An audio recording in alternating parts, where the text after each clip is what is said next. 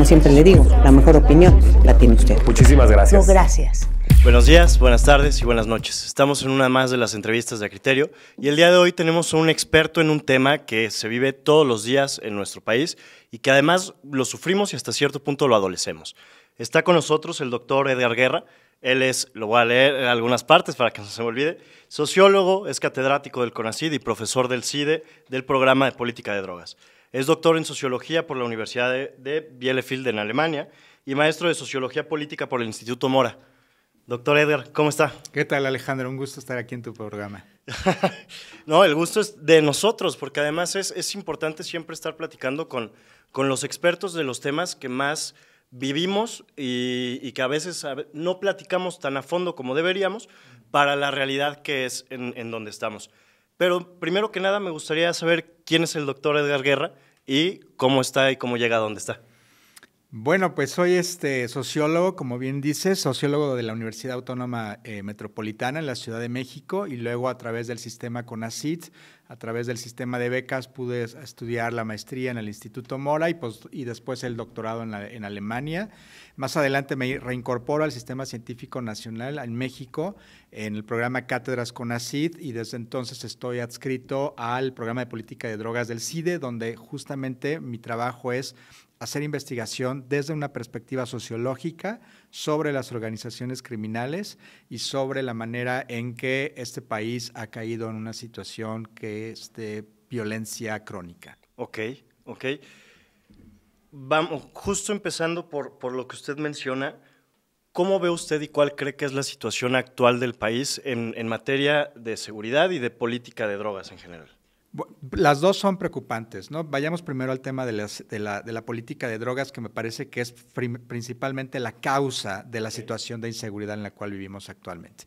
Nosotros tenemos más de 100 años en México y en el mundo en general en el que las drogas han entrado en una época de ilegalización. Claro. Es decir, antes, estamos hablando de las culturas milenarias, pero todavía hasta el siglo XX, incluso en México tuvimos un interregno en donde se legalizaron ciertas sustancias, pues las drogas eran parte de la vida cotidiana. No puedo decir que había un consumo generalizado, porque no lo había, pero era parte de la vida cotidiana con objetivos de entretenimiento, de esparcimiento, pero también y sobre todo medicinales y rituales religiosos. Claro. En algún momento, por una serie de circunstancias sociales, económicas, políticas, bien interesante la manera en que las drogas se comienzan a ilegalizar.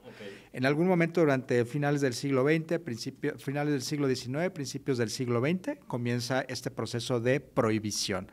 Es decir, en el que varias sustancias comienzan a ser catalogadas, no solamente como nocivas para la salud pública, sino también como ilegales. Y comienza pues este régimen, que muchos le llamamos el régimen prohibicionista, que durante todo el siglo XX justamente ha dicho no a las drogas y ha dicho también de la mano del Estado mexicano y del Estado, en los estados a nivel internacional, pues vamos a perseguir a quienes produzcan, comercialicen, vendan estas sustancias ilegalizadas, ¿no? Entonces, ese es, desde mi punto de vista y desde la academia en general, uno de los principales motivos que ha llevado al surgimiento de mercados ilícitos de sustancias, es decir, el mercado negro de drogas, ¿no? Al haber prohibición, pues evidentemente al haber una demanda, evidentemente se va a desarrollar un mercado ilegal. Esto ha ocurrido durante todo el siglo XX en nuestro país, en Sinaloa, a Chiapas, de Tamaulipas a Oaxaca. Se han venido desarrollando, y esto es bien importante, de la mano del Estado mexicano, es decir, de la mano de funcionarios municipales, estatales, incluso a nivel federal, se han venido desarrollando redes de complicidad, redes de trasiego, de producción de sustancias, lo que comúnmente llamamos narcotraficantes o crimen organizado, se han venido desarrollando. Sin embargo, las redes de mercados ilícitos no son en sí mismo violentas. Hay un montón de estudios que justamente demuestran que los mercados ilícitos no tienen por qué ser violentos. Claro. De hecho, en nuestro país no había la violencia que tenemos ahora. Claro, es más reciente. Es más reciente. Tengo un amigo aquí en Aguascalientes que justamente trabaja el tema de seguridad y dice, mi hijo, y seguramente es tu caso, ha sido un joven que toda su generación ha estado atravesada por esto que llamamos la guerra contra las drogas. Claro. No es algo reciente, pero ya llevamos casi 20 años, ¿no? Claro. Entonces, al haber pues este régimen prohibicionista que ve a las drogas desde una perspectiva no de salud pública, sino de una perspectiva de seguridad, donde el Estado mexicano dice hay que tener cuidado con los grupos que trasiegan o que producen y que se dedican al trasiego de sustancias. Cuando eso ocurre es cuando empieza a haber ya una descomposición de esta situación de las drogas, ¿no? Y esto ocurre sobre todo en 2006. En 2006, y es algo que podemos discutir, cada vez hay más evidencia de si en realidad todo empieza en 2006, pero digamos que 2006 sí es una fecha significativa, un parteaguas en donde el expresidente Felipe Calderón declara lo que coloquialmente conocemos como guerra contra las drogas, y es lo que desde ese momento hasta hoy nos tiene en una situación en que la violencia, sobre todo la violencia que viene de estos grupos delictivos que se dedican a la cuestión de las drogas, ha sido una permanente situación en la vida cotidiana de las personas, en los medios de comunicación, etcétera. Entonces, para resumir tu pregunta, ¿cómo llegamos aquí? Yo diría, hay que empezar a ver qué es lo que está más en la raíz. Y lo que está mal de raíz es la prohibición de drogas en México y en el mundo, que justamente tienen como consecuencia la formación de mercados negros, de grupos delictivos, y esto finalmente una consecuencia que es la violencia actual. Claro, qué interesante. Y es muy interesante la perspectiva en cómo la menciona. Justo yo creo igual, y soy muy más bien creyente de todo lo que, pues no creyente, pues, más bien estoy certero de todo lo que estas tesis dicen. Y justo me parecía desde que lo venía pensando, una pregunta muy interesante que le puedo hacer a usted, porque usted es sociólogo, es hasta cierto punto también experto en temas políticos y en temas de seguridad, y es una pregunta que se le puede hacer a pocas personas, yo creo, que tengan una gama tan amplia de conocimiento para poder contestarla. Y es precisamente que, ¿a qué le atribuye usted el tema de la prohibición de las drogas en nuestro país? En el sentido de, ¿es un tema más teológico, es un tema más sociológico, es un tema más a qué se debe y cómo llegamos? Principalmente entendiendo, por ejemplo, en el sentido de gobierno, se reconoce como un problema de salud pública, pero como usted menciona, se ataca como si fuera un problema de seguridad pública en lugar de salud. Entonces, más o menos, ¿por dónde va todo esto? Mira, es una historia muy compleja y se han escrito muchas páginas sobre esto para empezar a tratar de hacer la genealogía del prohibicionismo, ¿no? Y creo que yo te diría, primero, es una cuestión multidimensional. Es decir, la prohibición no es únicamente cuestiones morales, ¿no? Incluso religiosas, como mencionas, sino también tiene que ver con cuestiones políticas, económicas, de salud, de geopolítica. Entonces, es un proceso histórico también en el que no empieza la prohibición tal día y tal fecha. Hay, por supuesto, fechas significativas, parteaguas, hitos, ¿no? Que nos dicen, mira, por aquí empieza. Cambian algunas cosas. No es una cuestión que ocurre nada más en ciertos países, es una construcción, la construcción jurídico-política del prohibicionismo se va dando a nivel internacional. Por supuesto, liderada por algunos países hegemónicos como Estados Unidos, ¿no? Con resistencias también de otros países, pero es una cuestión compleja también a nivel internacional. Y es una cuestión que se va dando, la construcción política y jurídica del prohibicionismo también se va dando por fases. Primero ciertas drogas y hasta que llegamos a otras drogas más nuevas o más recientes. Entonces, ¿cuáles son los principales elementos? Sin duda alguna hay un elemento moral, ¿no? Desde Estados Unidos con su puritanismo radical hasta otros países también conservadores que han empujado esta idea de que las drogas son malas per se. De hecho, una influencia bastante significativa en México para entender el prohibicionismo en nuestro país tiene que ver de cómo nos empezamos a impregnar por los discursos positivistas y evolucionistas que había en Europa. En Europa había toda una visión de que las sociedades evolucionaban hacia mejor, una idea que venía mucho de la Ilustración y que decía que pues en algún momento vamos hacia la perfección y las drogas era como esa especie de pecado, ¿no? Nos va a detener. Entonces ahí hay una cuestión moral, biologicista, si tú quieras, ¿no? De un discurso biomédico que empieza a permear en el discurso público. Pero también hay otros procesos, como por ejemplo racismo. En Estados Unidos, sobre todo ciertos grupos étnicos, como los mexicanos, como los chinos en México, comienzan a ser mal vistos por el consumo de sus sustancias. Los mexicanos con marihuana en Estados Unidos, los chinos de Sinaloa con la goma de opio, con el opio, en el norte de Sinaloa o en toda la parte de Sinaloa, y entonces comienzan a ser poblaciones estigmatizadas y se empieza a vincular ahí una cuestión racial. Eso también contribuye al prohibicionismo. Se empieza a convertir en algo sociocultural. Entonces ya tenemos una cuestión moral, ya tenemos una cuestión racial. También vamos a ver cómo las empresas transnacionales, por ejemplo, la marihuana, ¿no? La cocaína, la morfina, pues también comienzan, ¿no? Estos grandes consorcios industriales, Bayer, por ejemplo, también comienza a querer apropiarse del contenido de ciertas sustancias y comienzan también a hacer lobbying, en fin. Y yo te diría las cuestiones de geopolítica internacional, ¿no? Sobre todo ahora, por ejemplo, lo vemos recientemente, para poner un ejemplo nada más, en el caso del presidente Biden y la crisis de fentanilo que están viviendo en Estados Unidos y cómo la derecha en Estados Unidos se está radicalizando en sus discursos hacia México, ¿no? Justamente para tratar de alarmar hacia dentro de su población y tener rendimientos electorales. Lo mismo ocurrió en los 70s con Nixon, finales de los 60s, en los 70s Nixon, el presidente Nixon lanza su guerra contra las drogas en 1971. En 1981 el presidente Ronald Reagan igual manera lanza una nueva versión de su guerra contra las drogas. Siempre rinde el hecho para los políticos de tener un enemigo, aunque sea algo abstracto, ¿no? Se habla del mercado, las drogas, etcétera, pero siempre da rendimientos. Entonces ahí tenemos ya una cuestión de política interna, pero también de geopolítica, porque finalmente Estados Unidos ha empleado el tema de las drogas para tener políticas injerencistas en América Latina. No vayamos lejos. En 2008 el Plan Mérida, que era justamente algo que firma el presidente Felipe Calderón y el gobierno de Estados Unidos, pues tenía también, en el fondo, subyacían pretensiones injerencistas, ¿no? Antes se había hecho, había un proceso que se llamaba el proceso de certificación, donde Estados Unidos certificaba a los países de América Latina en su conducta, les daba como una estrellita para ver si sí hemos cumplido con, ¿no?, nuestras tareas para evitar, erradicar el cultivo de drogas, en fin.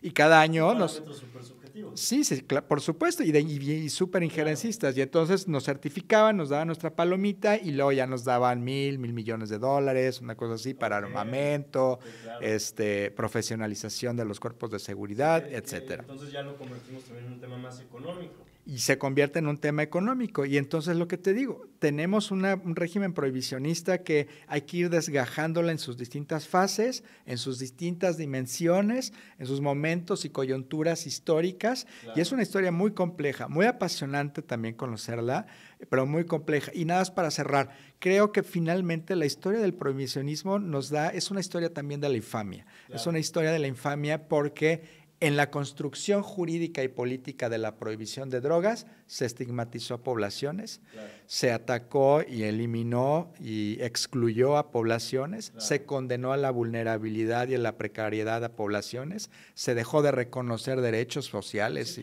a poblaciones enormes de usuarios de sustancias, ¿no? Claro, y todo incluso atendiendo a temas más socioculturales en algunas ocasiones.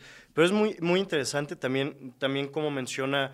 De hecho, lo venía aquí también de los temas que traía estudiados. El caso Nixon, que es un caso, por ejemplo, muy interesante, cómo este presidente toma como enemigo público número uno el consumo de drogas y cómo muchos años después en nuestro país, conociendo incluso lo que fue esa guerra en contra del consumo en Estados Unidos, venimos en 2006 y llegamos e implementamos una política pública prácticamente igual a la que se implementó allá, sabiendo que los efectos que tuvo allá pues fueron muy adversos. Como dice usted, se dejaron de respetar derechos humanos, se dejaron de respetar derechos incluso económicos, empezaron a atenderse más los intereses económicos, geopolíticos, sociales, más enfocados en el beneficio de ciertos grupos que dicen combatir el consumo de estas sustancias, que en realidad combatir el consumo o de regular el consumo de alguna manera de estas sustancias. ¿Cómo usted ve esta comparativa entre lo que fue en ese entonces esa guerra y después venirla a aplicar aquí en nuestro país? Sí, bueno, es muy interesante ver cómo se dan estos ciclos, ¿no? Y claro, finalmente responden, me parece, también a coyunturas muy específicas. En el caso de 2006, conocemos ya la historia, no solamente se trataba de una situación de crisis, en realidad quienes han estudiado el tema más a profundidad de lo que ocurría en 2006, en realidad no teníamos una crisis de salud en México, es decir, los indicadores de consumo estaban muy por debajo. Tampoco teníamos una crisis de seguridad. Sí, en efecto, durante 2005 se había elevado un poco la violencia, sobre todo en algunos estados como Michoacán, pero tampoco era una situación alarmante. Y tampoco era cierto, que fue el tercer argumento del presidente Felipe Calderón, que los grupos criminales se habían apoderado de una gran parte de grandes partes de instituciones y de territorio nacional. Ninguna de las tres se cumplía. Sin embargo, ocurre esta declaratoria de guerra y es finalmente por una necesidad que había política del presidente Felipe Calderón de un poco comenzar a legitimar y a marcar una diferencia en su presidencia, ¿no? Claro. Ya incluso él lo admite, creo que por ahí hay una frase que lastimosamente es famosa, la de si no hubiera tenido piedras, lo hubiera hecho con piedras. Finalmente, pues muestran esa necesidad que tenía el presidente de hacer marcar una nueva ruta en su presidencia. Lo han hecho otros presidentes, recuerdo muy bien, por ejemplo, cuando Salinas de Gortari llega a la presidencia también en un contexto de poca legitimidad. Las primeras medidas que hace es encarcelar al líder, por ejemplo, de Pemex, del Sindicato de Petróleos, a Joaquín Hernández Galicia, en fin, tratar de hacer demostraciones de poder.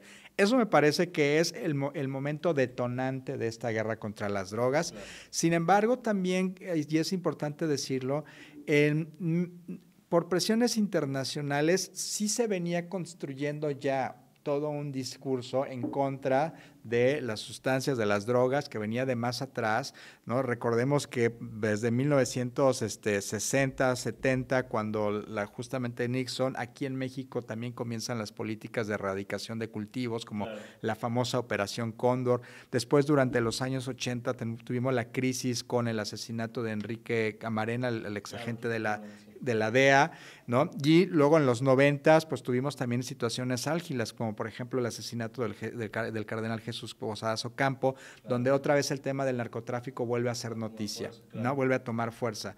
Entonces ya se venía construyendo también en términos internos, ¿no? Un discurso que podía favorecer a esto. Y lo cierto es que hay narcotráfico, lo cierto es que hay trasiego de sustancias, eso no se puede negar. El asunto es cómo se enfrenta esto, no desde una perspectiva de salud, no desde una perspectiva de regulación, sino desde una perspectiva prohibicionista, ¿no? Y ahí creo que hay que irnos a cuestiones todavía más de raíz, ¿no? Finalmente, el tema de las drogas es un tema que se ha puesto sobre la mesa recientemente en la conversación pública, pero hace 15, 20 años era todavía un tema tabú en muchos sectores de la sociedad mexicana, ¿no? No es como que no era normal escuchar el discurso de la regulación de la marihuana, por ejemplo, ¿no?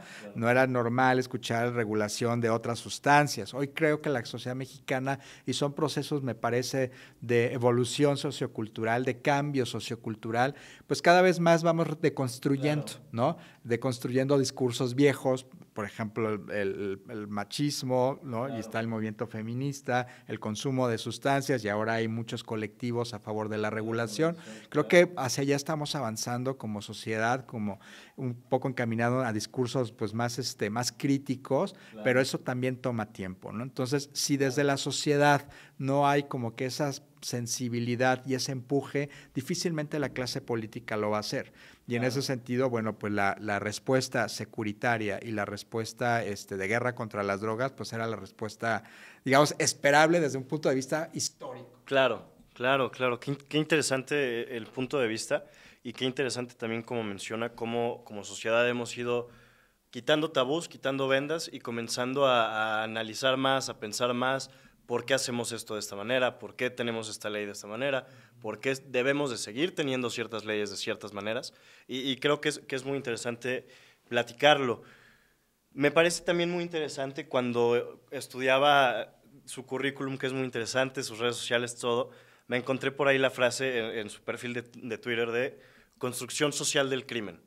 Y se me hace muy interesante, pero me gustaría que usted me platicara por qué entiende usted esa frase o por qué la resalta de esa manera. Mira, desde una perspectiva de ciencias sociales, aunque debo decir que es algo que empieza sobre todo este tipo de reflexiones en la filosofía, sobre todo en la filosofía de la ciencia, y luego la adopta la sociología, pero no la sociología que hace investigación empírica, sino sobre todo la sociología teórica, tiene que ver con el tema del lenguaje, ¿no? Ha habido una reflexión muy profunda durante todo el siglo XX sobre el lenguaje, y sobre cómo el lenguaje tiene un impacto social sobre todo, ¿no? Hoy como sociedad cada vez estamos más preparados y más sensibles al tema del lenguaje y por eso lo cuidamos tanto, ¿no? El hecho de que justamente el feminismo haya empujado la agenda de un lenguaje incluyente tiene que ver con una reflexión de fondo sobre el impacto que tiene el lenguaje en la configuración de las relaciones sociales, en tu configuración personal como individuo, etcétera, las percepciones, etcétera. Pero esto era algo que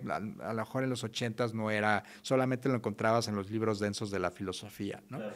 Poco a poco este discurso sobre, o esta idea, estas nociones sobre la importancia del lenguaje ha venido permeando la conversación pública de periodistas, de intelectuales, de académicos públicos, de políticos incluso, de sociedad civil sobre todo, y cada vez somos más sensibles al lenguaje. Y justamente mi tema va sobre cómo vamos construyendo esta idea del criminal. Del sujeto criminal, ¿no? Si nosotros nos vamos, por ejemplo, a los discursos de la criminología de principios del siglo XX, había algo que era, por ejemplo, la frenología, ¿no? Que es decir, depende del tamaño de tu cerebro, de tu cabeza, la forma de tu cráneo. Configuraciones anatómicas. De las caras. Ajá. ¿Vas a ser asesino o vas a ser...? La anatomía del crimen. La anatomía del crimen, a mí ¿no? todavía me lo llegaron a... Digo, no a mencionar como... sí. como teoría, pero sí me lo llegaron a mencionar en alguna clase de Derecho Penal en la carrera, todavía lo llegaban a... Espero que lo hayan visto como historia. Quiero esperar que sí, pero por algo lo debo de tener presente, entonces... Sí. Esperemos que sí. Pero eso todavía es algo vívido, claro. ¿no? Todavía lo vemos en los medios de comunicación y todavía lo vemos además en cierta academia. No, y hasta en la práctica, a veces. En la práctica, sobre todo, ¿no? A mí me impresiona mucho y creo que otra vez es un proceso de cambio, ¿no? Que se va sedimentando poco a poco en la sociedad, en el discurso público, en la academia. Si tú te vas a los textos de muchos, incluso yo me incluyo, de gente que se dedicaba a estudiar el crimen o la criminalidad o la violencia en el 2008, en el 2010, todavía vas a encontrar en los artículos de investigación académicos conceptos como narcotráfico, el criminal, etcétera. Poco a poco hemos sido más críticos con nuestras categorías analíticas y poco a poco las vamos deconstruyendo. Claro. Entonces, mi idea es, bueno, ¿y cómo se van construyendo estas nociones de el criminal? Claro. ¿No? Porque en algún momento cierto tipo de personas, ciertos contextos sociales son vinculados a cuestiones morales, claro, a cuestiones legales, criminal, no criminal, a cuestiones políticas, es radical, claro, como por ejemplo cuando ves en los discursos públicos sobre el movimiento feminista, te das cuenta de todas las categorías y adjetivos que se usan, ¿no? Para describirlo. Exacto. Entonces, ¿cómo va ocurriendo ese proceso? Y sobre todo a mí me empezó a ser muy interesante verlo desde la perspectiva de la investigación etnográfica, que es más lo que yo hago, ¿no? Okay. Ir a las comunidades y empezar a investigar ahí, pues, ¿qué es esto de las organizaciones criminales? ¿Qué es esto de la producción de el cultivo de drogas, etcétera? Y es donde estas categorías, incluso en la academia, como por ejemplo actores estatales, no estatales, no sirven para nada. Es donde justamente estas categorías de organizaciones criminales no sirven para nada, ¿no? Pero te digo, es un proceso, porque yo incluso he usado estas categorías, pero es un proceso donde empiezas a buscar. Y ahí es donde te puedes incluso encontrar en un callejón sin salida, de decir, bueno, ¿y ahora qué categoría voy a emplear para observar este fenómeno? Y entonces, y nada más para redondear el argumento, me gusta mucho hablar de cómo detrás de nuestros lenguajes siempre hay una cuestión antropológica, siempre hay una cuestión deontológica, moral, y siempre hay una cuestión sociológica. Me explico. Cuando hablamos del crimen organizado, siempre o muy comúnmente categorizamos a las personas con base en una gran distinción que son los buenos y los malos, ¿no? Ahí hay una antropología. O sea, está, por ejemplo, una visión que va desde Hobbes, donde dice el hombre es el lobo del propio hombre, o una visión rusoniana donde dice no, el hombre es bueno por naturaleza. Esas cuestiones de la teoría política están realmente todavía cuando hablamos de los criminales, del criminal, los criminales entre comillas. Cuando escuchamos al presidente hablar de se drogan y por tanto son violentos, estamos ahí con una persona con una concepción antropológica. Claro, y una generalización de todos los que se drogan son malos. Exactamente, ¿no? Son violentos. Entonces ahí hay siempre una antropología, pero también hay una deontología, es decir, una moral. ¿No? Estos son los buenos, esto es malo, esto sí vale la pena, esto no vale la pena, ¿no? Claro. Ahora ha cambiado un poco desde la perspectiva del discurso político, por ejemplo, cuando escuchamos al presidente hablar sobre los que cultivan sus marihuana, goma de opio en la sierra, dice, pues son campesinos. Claro. Ahí empieza una deconstrucción, si tú quieres mal. Después cuando escuchas a los que habla de los usuarios de sustancias, dice, ya es otra cosa, ¿no? Claro. Pero bueno, es parte del proceso. Empieza a ser interesante, ¿no? Claro, que es además lo más interesante de ir, como dice, que creo que es algo muy valioso, ir segmentando todo el concepto de dejar los absolutos del bueno y el malo y aprender a distinguir entre toda una cadena realmente de suministro, de producción y de consumo, exacto, que al final del día es lo que es, y quién toma cada papel y no radicalizarnos nosotros mismos en absolutos de decir, pues todos son malos y todos son buenos, porque pues, son malos y son buenos, ¿para quién y cómo? Y ya no nos sirve realmente una categorización moral del mundo, cada vez va a irse arrinconando. Y para finalizar, y también tenemos una concepción sociológica de este tema de la criminalidad. Claro. Por ejemplo, cuando escuchas, es que se rompió el tejido social, ahí hay una especie como de creencia de que las sociedades en algún momento eran una especie como de Arcadia, algo muy bonito y que pum, se rompió. Eso no existe, claro, ¿no? Eso es un pensamiento muy, ¿no?, religioso incluso, si tú quieres. No, las sociedades son sociedades y ya hay, no sé si es correcto decir rupturas o no, pero ya están... Claro, y están en constante transformación. Son complejas, ¿no? Claro. Y están en transformación. Entonces, pero todas esas cosas se regresan, insisto, en el discurso y a veces nos dejan ver cosas que no son las que están ocurriendo allá afuera. Claro. Entonces, de eso va mi idea de cómo se va construyendo esta figura del criminal, que no es algo nuevo, viene además desde Astorga, que él justamente criticaba mucho de cómo se iba haciendo la imagen del narcotraficante, ¿no? Que veíamos en las películas de los hermanos Almada, ¿no? Que aquel personaje con unas botas, ¿no?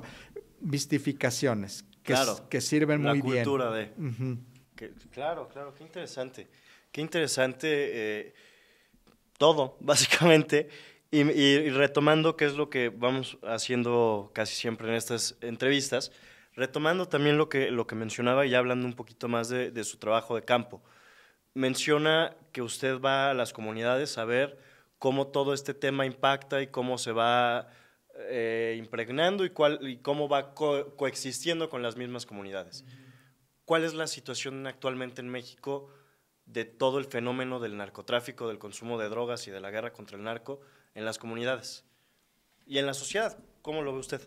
Sí, mira, al final lo mío es como la investigación y tengo que hablar solamente de lo que yo conozco, ¿no? Y yo particularmente lo que hago es trabajo de campo, como bien dices, y estudio casos particulares, ¿no? Yo te puedo hablar, por ejemplo, de lo que ocurre en Michoacán, que es una entidad que he estudiado bastante, donde he hecho trabajo de campo bastante, sobre todo en una región que se llama Tierra Caliente.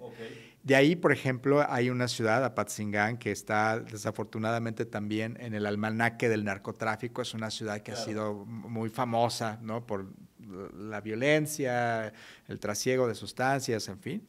Y ahí lo que hice justamente fue pues tratar de entender finalmente de una manera más fuera de este discurso, fuera de estos lenguajes cotidianos sobre el narcotráfico, qué es lo que estaba ocurriendo, ¿no? Y hay cosas muy interesantes que a mí me gustaría, por ejemplo, resaltar. Esto que normalmente llamamos las organizaciones criminales, a mí me tocó estudiar concretamente el caso de los Caballeros Templarios, que si me permites hacer un paréntesis, era una organización delictiva bien interesante, desde el punto de vista sociológico, muy interesante, con procesos de organización social bien fuertes, muy bien estructurados, que tenían que ver sobre todo porque uno de sus líderes había sido maestro y tenía muchas herramientas de gestión social, etcétera.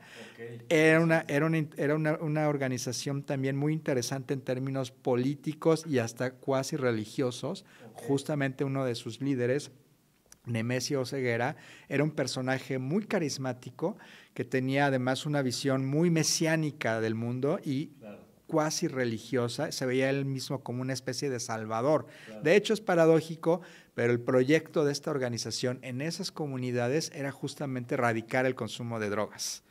Curioso. Porque justamente veían que las drogas era algo malo desde su perspectiva, que los niños y los jóvenes en la región de Tierra Caliente estaban consumiendo metanfetaminas, cocaína, etcétera, y eso no lo querían. Entonces, era una organización que se dedicaba al cultivo de sustancias, pero al mismo tiempo trataba de erradicar de su zona. Que de su zona no hubiera eso, ¿no? Y además trataban de promover una especie como de religión, una especie como de pensamientos, de ideas religiosas, en donde estaba en el centro el regreso de la idea de familia, ¿no? La idea de nuevamente ser una especie como de comunidad. Y la idea de tener como que ciertos líderes fuertes, donde este personaje era, por supuesto, el principal, ¿no? Entonces, cierro el paréntesis, era una organización muy interesante.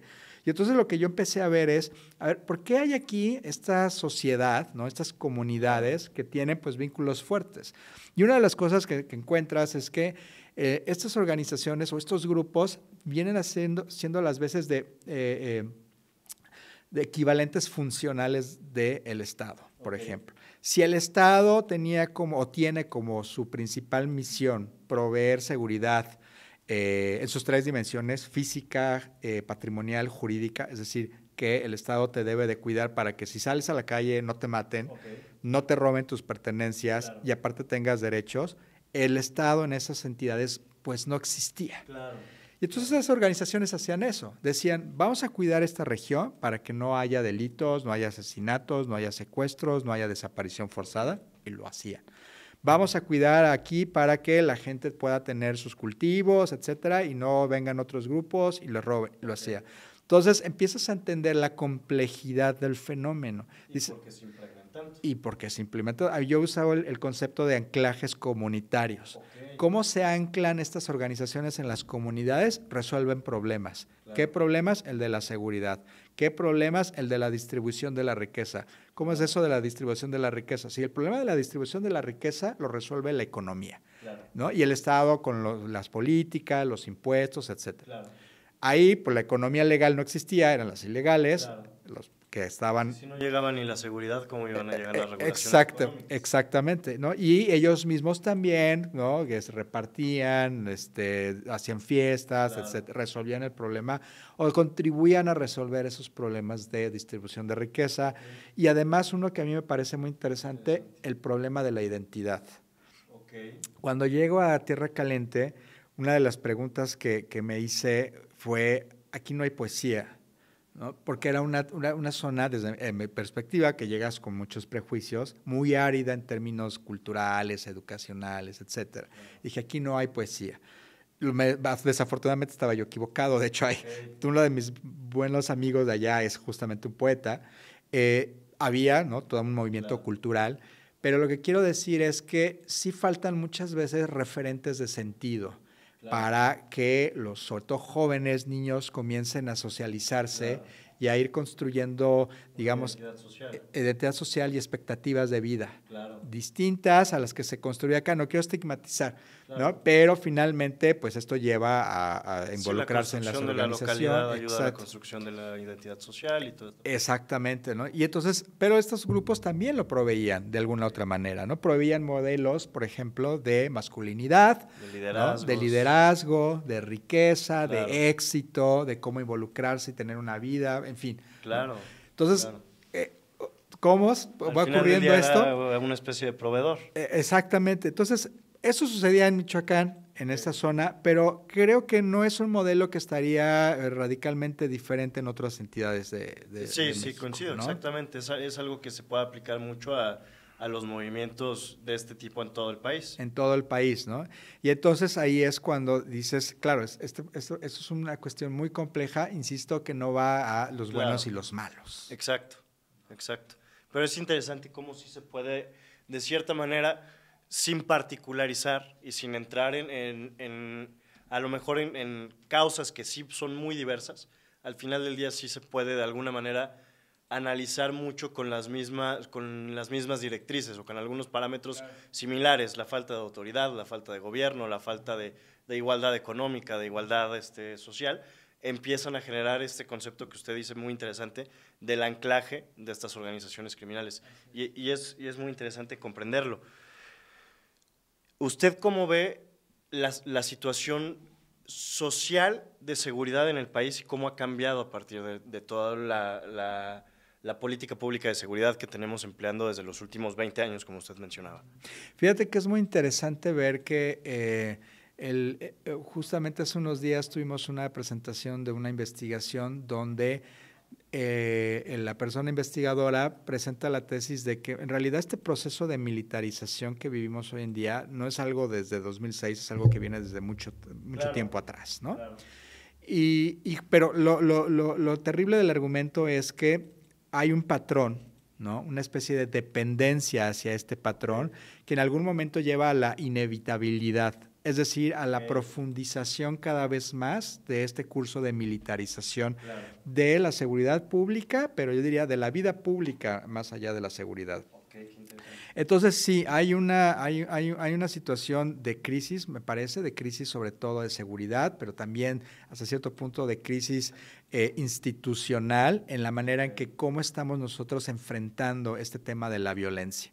Y otra vez vienen las paradojas, ¿no? O las ironías, mejor dicho, ¿no? La violencia que tenemos hoy en día es también una violencia que es producto de las acciones del Estado. Claro, totalmente. No son únicamente de los grupos delictivos, son también los grupos del Estado, las policías y sobre todo el ejército partícipes en el incremento de esta Incluso violencia. de la misma percepción del problema de la violencia. Incluso también de la misma percepción con el discurso, ¿no? Claro, y empezar a entender el decir, vamos a combatir el consumo y vamos a combatir la producción, pero no vamos a combatir pues, las causas de consumo, no vamos a combatir la existencia real de un consumo que no va a dejar de existir y que es mejor regularlo en lugar de prohibirlo.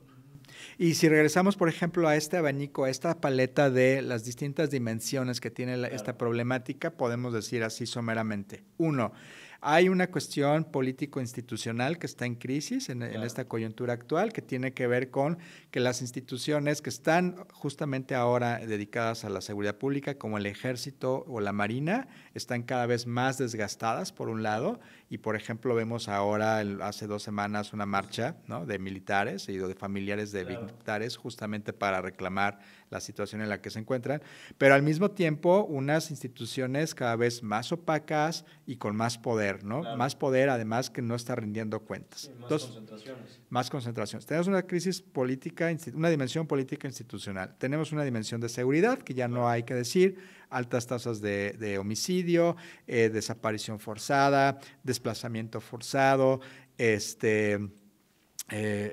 masacres, en fin. Tenemos una cuestión de salud, ¿no?, que es la que más prioritaria debería de ser, pero es la que más se atiende, donde finalmente a los usuarios de sustancias se les da prácticamente una atención mínima, ¿no? Claro. Ahí es muy importante destacar el tema de la sociedad civil y de cómo distintos grupos, colectivos, organizaciones están atendiendo a esta población usuaria, y sobre todo a la población que tiene problemas de consumo, que normalmente es, además de que tener problemas de consumo, es que población que está en situación de vulnerabilidad, ¿no? De estigmatización, incluso de criminalización. Entonces tenemos ahí una crisis de salud. Tenemos también una crisis social, porque finalmente, si bien es cierto que este gobierno ha puesto mucho empeño en los programas sociales, justamente con la idea de que hay que ir a las causas para que estas organizaciones no se anclen, lo cierto es que pues, hay todavía un montón de poblaciones que están francamente sin los insumos, sin los recursos necesarios para salir de esta situación, ¿no?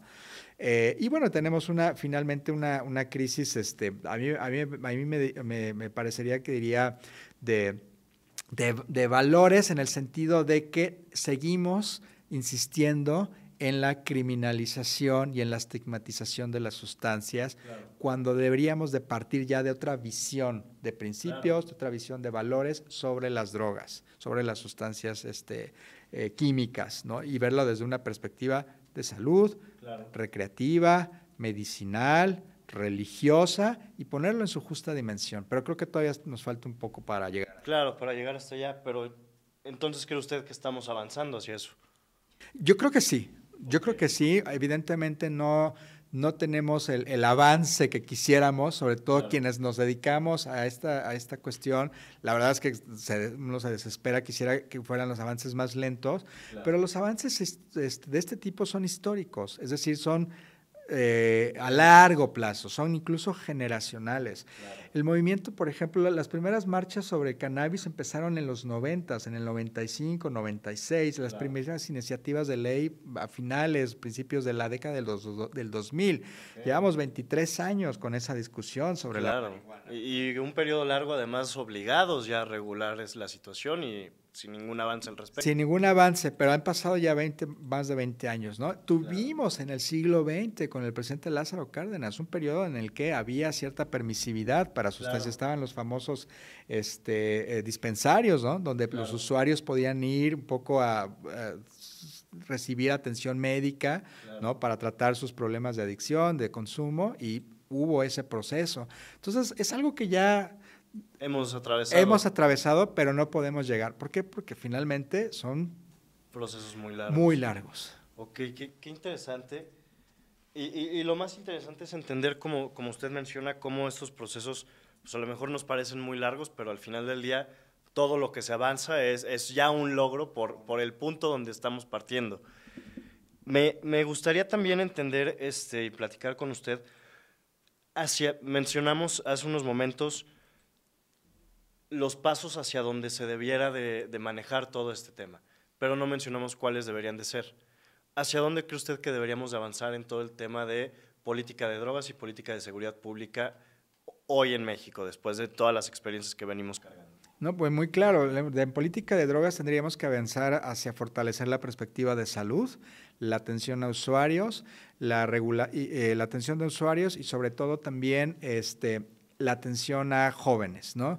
Me parece que el gobierno federal creo que está abonando todavía más a la estigmatización con políticas y discursos con donde justamente ponen en el centro un discurso sumamente prohibicionista. Creo que tendríamos que empezar, como se empezó a hablar de la sexualidad en México, por ejemplo, ¿no? Creo que tenemos que empezar allá a tener discusiones serias, ¿no? Con las generaciones que vienen acerca de lo que significa realmente las drogas. Claro, quitar el tabú. Quitar el tabú.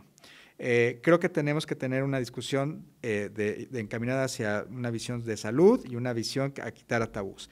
Y en el tema de la seguridad y de regulación de sustancias. Por supuesto, de regulación en el sentido más sensato del término, ¿no? Con procesos paulatinos, con cierto tipo de sustancias, ir haciendo evaluaciones de impacto. Es decir, tiene que ser un proceso también muy gradual. Y en el tema de la seguridad, pues definitivamente retornar a los modelos de policiales, de seguridad civil, ¿no? Es decir, la seguridad pública tiene que ser una tarea que esté en instituciones civiles, en instituciones policiales, en instituciones que su principal función sea la prevención, que sea la investigación y no que su principal función o su principal entrenamiento sea el de la eliminación, como es el caso de los ejércitos en cualquier país, ¿no? Entonces, creo que esas serían las dos vías hacia las cuales nos deberíamos de encaminar, pero creo que aún estamos muy atrás. Hay que resolver muchos temas. Sobre todo el tema más preocupante desde mi punto de vista es, sobre todo por todos los intereses que hay detrás, es el regreso a la seguridad, a la idea de seguridad pública bajo el control de la perspectiva de instituciones policiales, ¿no? Y esto porque finalmente lo que ha ocurrido es que al militarizar la seguridad pública se ha empoderado al ejército, no solamente en términos organizacionales, es decir, una institución que tiene cada vez más y más funciones, sino también en términos económicos, una organización que tiene cada vez más y más recursos. Y también en términos políticos, ¿no? Una organización, una institución que cada vez tiene más y más poder, más influencia. Entonces, la cantidad de intereses que hay detrás, la cantidad de poder que hay detrás, sí me parece que puede convertirse, si no es que ya es, una traba muy fuerte para darle un giro completamente a esa problemática, ¿no? Lo de las drogas, insisto, creo que vamos en algún momento ya encaminados hacia una discusión más sensata, más seria, con menos tabúes, y creo que en algún momento vamos a llegar ahí. La sociedad mexicana tiene ese ímpetu también, ¿no? De ir un poco más en avanzada, pero la otra, por los intereses, sí lo veo más complicado. Qué interesante si conectamos además lo que comentaba hace unos minutos sobre cómo la sociedad mexicana históricamente tiende a acercarse una vez más a papá ejército cada vez que empieza a haber un distanciamiento de él, y cómo incluso si lo analizamos pues desde el nacimiento del mismo ya en sí México, con toda la combinación post-conquista, tendemos a ser muy hasta cierto punto permisivos con los ejércitos, pero incluso a buscar que los ejércitos tiendan a tenernos sobre cierto control. Y me es muy interesante por cómo menciona además que ya estamos en algún punto donde puede ser ya muy complicado dar vuelta atrás. Lo menciono así y digo, no es la intención tampoco politizar el capítulo, pero digo, al final del día este es un podcast que toca muchos temas políticos y me es muy interesante por cómo se puede conectar con justo lo que acaba de mencionar. Este último gobierno que tenemos, que está ya a 4 años de su gobierno, llegó principalmente en una campaña en su momento que era la de abrazos no balazos y que veníamos después de 12 años de una política de seguridad pública de guerra total contra toda la industria de las drogas y del narcotráfico. Llega este gobierno con esta política supuestamente de abrazos y no balazos, de vamos a atender las causas, como usted mencionaba. ¿Y qué pasa? Pocos días de empezó el gobierno, nos salen con el cuento de la Guardia Nacional. Avanzamos con los años y crece, como usted también menciona, la militarización cada día de nuestro país. ¿Cuáles cree usted que sean los riesgos que estamos corriendo de estar ya en una sociedad que lleva, al final del día, ya son otros 6 años, muy probablemente vuelva a ganar un modelo político muy similar a el próximo sexenio y van a ser otros 6 años? ¿Qué nos va a suceder como sociedad? Digo, entendiendo que ya estamos incluso en un punto de no retorno, si este punto de no retorno se sigue alargando otros 8 años, que son los 2 años que le quedan a este gobierno, y otros 6. Digo, por decir una cifra, sin saber qué vaya a pasar todavía más adelante y si se vaya a ir agravando. Bueno, hay un transitorio en la ley que justamente dice que el ejército se regresará a sus cuarteles en el 2024, ¿no? Esperemos que sí, claro, que así ocurra.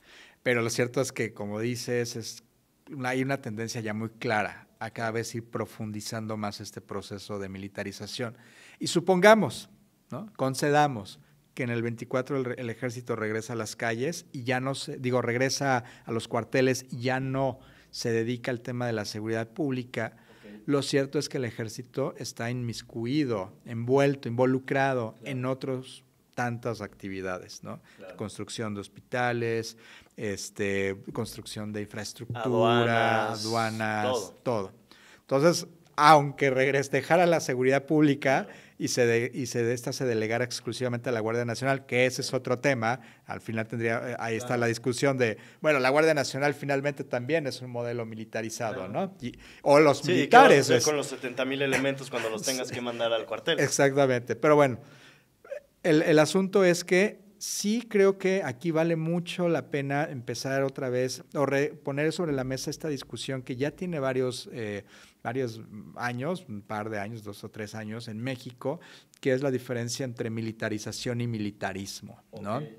Entendiendo como militarización, al menos hay muchas definiciones, vamos a ponerlo aquí así, entendiendo como militarización cuando las Fuerzas Armadas se involucran en tareas de seguridad pública, okay. Se militariza la seguridad pública y ahí, por ejemplo, tenemos riesgos como, o más bien ya hemos visto, violaciones a derechos humanos, claro. Masacres como lo que ocurrió en Nuevo Laredo, claro. Pero no solamente en Nuevo Laredo, en otras partes más, Tlatlaya, Ayotzinapa, en fin. Tenemos también un ejército que no rinde cuentas en términos de la seguridad pública, un ejército y de nada, ¿no? Un ejército que además produce más violencia, claro. ¿No? Los enfrentamientos, ya se ha demostrado, producen más violencia, en fin, claro. Tenemos ahí un riesgo enorme. Pero si nos vamos al otro concepto, al de militarismo, okay. Que se define más o menos como cuando los valores y principios de la milicia comienzan a ser parte de la sociedad, ¿no? Y cuando la milicia no solamente tiene injerencia en la seguridad, sino en otras esferas, en salud, en los medios de comunicación, por ejemplo, ¿no? Entonces ahí ya estamos en una situación radicalmente distinta. Exactamente, radicalmente distinta. Todo parece indicar que este modelo se va a venir profundizando por los incentivos que te decía hace rato, tiene el ejército para mantener esta dinámica. El ejército es el que más perdería si se regresa a las calles, claro, a los cuarteles, perdón, ¿no? Económicamente, el poder, etcétera. Claro. Por un lado. Y por otro lado también, no tenemos tampoco las instituciones civiles para reemplazar a lo que ahora el ejército está haciendo. Si el ejército está, digamos, cuidando los puertos, no tenemos las policías para hacer eso, claro. ¿No? Si el ejército está cuidando las calles, no tenemos las policías para hacer eso. Claro. Si el ejército está cuidando los bancos o está construyendo infraestructura, sí, hasta administrando ahora. O administrando, no he visto al gobierno federal construyendo a los cuerpos, a los claro. Funcionarios civiles para sustituir al ejército en esas tareas. Claro, lo que nos dice que esa fecha del 2024 es cada vez más... Y las que vengan adelante, ¿no? Claro. Son ideales porque no hay con qué sustituirlo. Claro. Si lo quitas, pues entonces sí, dejas sin nada, ¿no? Entonces, ese es realmente el peligro que se ve ahí de fondo. Y bueno, pues esperemos que en algún momento sí comience el siguiente gobierno, si es que ocurre, sí comience a tratar de buscar esos sustitutos funcionales, claro. ¿No? Construir esos cuerpos civiles. Este gobierno no lo está haciendo, pero sí que esperemos que el siguiente sí, porque entonces, si no, en 8 años la situación va a ser muy compleja. Claro, qué interesante además entender pues esta diferenciación de conceptos entre militarización y militarismo y entender que muy seguramente ya deberíamos estar empezando a hablar más de un militarismo y no tanto de una militarización, y atender a todas las causas y los síntomas que genera esta misma militarización en toda nuestra sociedad. Digo, vamos a tener que poco a poco ir cerrando, aunque sí, sea complicado, porque digo, no me va parando y es un tema que me interesa mucho y sé que no va a ser la primera vez que lo vamos a tener por acá, esperemos. Me gustaría como última pregunta solamente hacerle en qué punto entonces de militarización, ya entendiendo esta diferenciación, cree que estamos como sociedad y cómo cree que podamos atender y contrarrestar hasta cierta manera la impregnación que ha tenido el militar en toda la vida social, política, económica y en tantas dimensiones de nuestro país? Mira, a pesar de que el ejército es una de las instituciones más respetadas según las encuestas por la sociedad mexicana, lo cierto es que sí yo no veo ese militarismo ya penetrando en lo social. Sí lo veo en la esfera pública, ¿no? Sobre todo en el gobierno, en el Estado, sí veo que hay cada vez más funciones que está desempeñando el ejército, pero todavía no veo esos valores permeando la sociedad mexicana, todavía no veo a una sociedad mexicana que en algún momento pudiera decir, está bien que los militares estén en el gobierno. Todavía no veo esa situación y creo que justamente ahí está la clave. Creo que la sociedad mexicana sí es una sociedad que en muchas partes está avanzando y está blindada a una gran parte de estos discursos punitivos y militaristas. Creo que la situación política que vivimos actualmente, sobre todo mucho incentivada por esta polarización en la que estamos inmersos, ha hecho que la sociedad mexicana no reaccione tanto, no sean estas tantas sus preocupaciones. Estamos más metidos en las confrontaciones, cualquiera que sea la coyuntura. Pero la sociedad mexicana es una sociedad muy diversa y es una sociedad también muy organizada en colectivos, en sociedad civil. Es una sociedad que también me parece que tiene otros valores más allá de lo militar. Entonces creo que ese sí va a ser un gran dique de contención de lo que estamos viviendo. Si a eso le aunamos que quizás el próximo gobierno, si bien siga la misma ruta, creo que sí podría empezar a buscar más alternativas, a construir otro tipo de respuestas, entonces quizás podamos ir un poco ralentizando este proceso de profundización de la militarización. Es una hipótesis, ¿no? En el mejor de los casos, ¿no? Lo cierto es que sin duda, la militarización es un proceso que ya viene de mucho tiempo de atrás y que justamente tiene como su causa principal el hecho de que en México hemos tenido siempre estatalidad limitada, es decir, que el Estado no ha podido llegar en todos los espacios y ahí es cuando se ha recurrido al ejército. Mientras no construyamos esas instituciones, pues, tendremos, o a los políticos se les hará muy fácil decir, pues tengo al ejército, ¿no? Claro. Doctor, me ha parecido de verdad una plática muy interesante porque incluso uno va aprendiendo y conociendo desde perspectivas y desde ideas distintas a lo que uno venía incluso. No sé si usted nos quiera dar un último mensaje antes de terminar la entrevista. A mí me parece que este tipo de programas como el que tú haces, que abordan este tipo de temas, es justamente donde vamos a encontrar finalmente ese empuje de la sociedad para ir transformando. En la medida en que lo vayamos poniendo sobre la mesa, lo vayamos discutiendo, conversando, no solamente entre académicos y sociedad civil, sino en lo cotidiano, en esa medida este proceso de ir encaminándonos hacia una visión más de enfoque de salud, en política de drogas y más en enfoque de instituciones civiles en el tema de seguridad, creo que en esa medida vamos a ir más rápido hacia allá, ¿no? Y ojalá, pues sigas con el éxito de tu programa y sobre todo tratando también estos temas. No, hombre, muchas gracias. Va a ver que sí y va a ver que mientras sean temas que se platican o que existen más bien, vamos a hacer que se platiquen. Exacto. Que es lo importante. Me da mucho gusto poderlo tener por acá, me da mucho gusto poder hablar con todos de una realidad que tenemos en nuestro país, que es toda la política de drogas y la política de seguridad pública y cómo esta ha ido permeando, evolucionando e influyendo en nuestro país, en nuestra vida cotidiana y en nuestra sociedad. Yo creo que por hoy es todo lo que tenemos. Vamos a subirles, como siempre, las entrevistas a nuestros canales de YouTube, de Spotify, de Instagram, de Facebook, los shorts en todas nuestras redes sociales. Instagram están en A Criterio, también en Facebook y en TikTok también. Y en mis redes sociales, en todas, estoy como Elvis Polono Presley. Muchas gracias, buenos días, buenas tardes y buenas noches.